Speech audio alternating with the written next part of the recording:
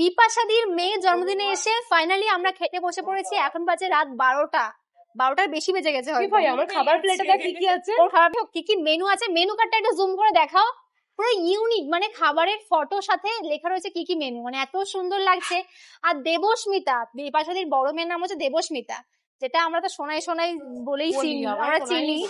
আজকে মেনুতে রয়েছে পনির স্যাটে, স্যালাড, বিরিয়ানি, চিকেন চাপ, চাটনি, পাপড়, কালাকাদ, লট চমচম, আইসক্রিম, হজমোলা।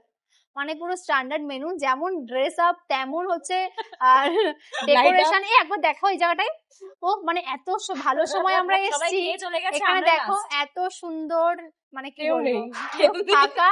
আমরা এখানে আছি আর আমরা এখন খাচ্ছি না, কারণ বাড়ির যে লোকগুলো বাকি আছে হচ্ছে বিপাশাদি, তারপরে সবাই বার্থডে গার্ল, এরা কেউ এখনো খায়নি।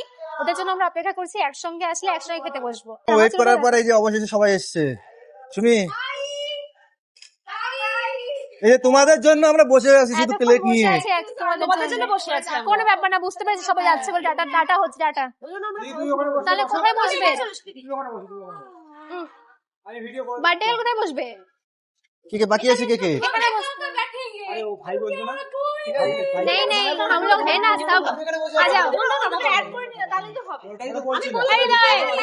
তিনটে করতে হবে, তাহলে তিনটে করলে হয়ে যাবে, কারণ ওই সাইড পুরো ফাঁকা রাখতে হবে। ওই সাইড ফাঁকা রাখতে হবে, এইদিকে স্কুলের মতন বসতে হবে। আরে হবে না বলছে, বুঝতে পারো না? এই একটা ফাঁকা রাখো না, এক জায়গা ফাঁকা রাখো দাদা। ব্লার হয়ে যাবে, ব্লার হয়ে যাবে, ব্লার হয়ে যাবে, ব্লার হয়ে যাবে, ব্লার হয়ে যাবে। টেবিল লাগাই দাও না, ওইদিকে একটা টেবিল লাগাই দাও। বলছি তো লাগা দাও না টেবিল, আর টেবিল লাগিয়ে তো পুরো লম্বা করে বসে যাক না সব। হ্যাঁ ব্যাস, লম্বা করে বসে যাক। দেবে কিভাবে?